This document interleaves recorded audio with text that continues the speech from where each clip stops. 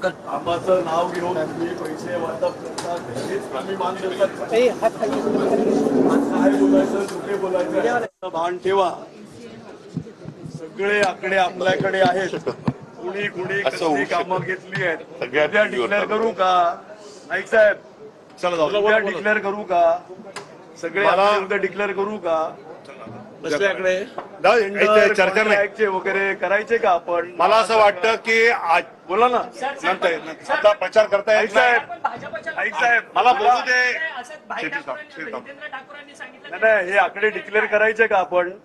नंतर करा. आता तुमचं बोलून विचारतोय मी विचारतोय बोला आमदार साहेब तुमचं बोलून घ्या. विचारतोय बोला. मला अरे आता मी बोलतो ते 10 लाख कुठे आहेत? 10 लाख कुठे आहेत? आता